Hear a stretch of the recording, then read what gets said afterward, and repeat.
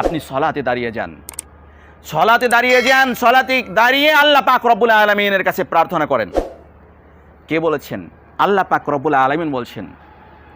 আল্লাহ পাক রব্বুল আলামিনের ভাষায়, ইয়া আইয়ুহাল্লাযীনা আমানুস্তাঈনু বিস-সাবরি ওয়াস-সালাহ ইন্নাল্লাহা মা'আস-সাবিরিন। হে ঈমানদারেরা, হে ঈমানদারেরা, তোমরা সালাত এবং ধৈর্যের মাধ্যমে আল্লাহ পাক রব্বুল আলামিনের কাছে সাহায্য প্রার্থনা করো। কিসের মাধ্যমে? ধৈর্যের মাধ্যমে। আপনি একটা বিপদে পড়েছেন, আপনি হতাশা হয়ে গিয়েছেন, না, হতাশা হওয়া যাবে না। আপনি হাই হতাশ করেছেন, এটা করা যাবে না। আল্লাহ পাক রব্বুল আলামিন নিষেধ করেছেন, হতাশ হওয়া যাবে না। হতাশ না হয়ে আপনাকে কি করতে হবে? সলাতে দাঁড়িয়ে যেতে হবে। আপনি কোনো সিদ্ধান্তহীনতায় ভুগছেন, আল্লাহ নবী সাল্লাল্লাহু আলাইহি সাল্লাম একটা সলাতের শিক্ষা দিয়েছেন, সেটা হচ্ছে সলাতুল ইস্তিখারার সালাত।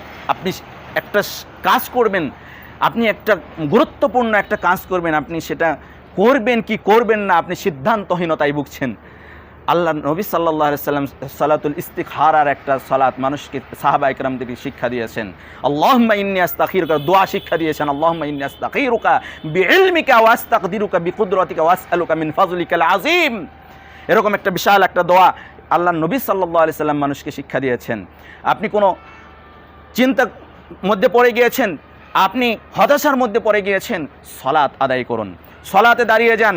আল্লাহ পাক রব্বুল আলামিন বলছেন, হে ঈমানদারেরা, তোমরা ধৈর্য এবং সলাতের মাধ্যমে আল্লাহ পাক রব্বুল আলামিনের কাছে সাহায্য প্রার্থনা করো।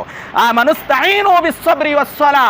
যদি তোমরা ধৈর্য এবং সলাতের মাধ্যমে আল্লাহ পাক রব্বুল আলামিনের কাছে সাহায্য প্রার্থনা করতে পারো, তাহলে আল্লাহ পাক রব্বুল আলামিনের ঘোষণা শোনো, ইন্নাল্লাহা মা'আস-সাবিরিন। নিশ্চয় আল্লাহ পাক রব্বুল আলামিন ধৈর্যশীলদের সাথে আছেন। যারা ধৈর্যের সাথে সালাত আদায় করবে, তাদের প্রার্থনা, তাদের দোয়া, তাদের হতাশা আল্লাহ পাক রব্বুল আলামিন দূর করে দেবেন। সুবহানাল্লাহ। আল্লাহ নবী সাল্লাল্লাহু আলাইহি সাল্লামও যখন কোনো হতাশাগ্রস্ত হয়ে পড়তেন, যখন কোনো বিষয় নিয়ে চিন্তিত হয়ে পড়তেন, আল্লাহ নবী সাল্লাল্লাহু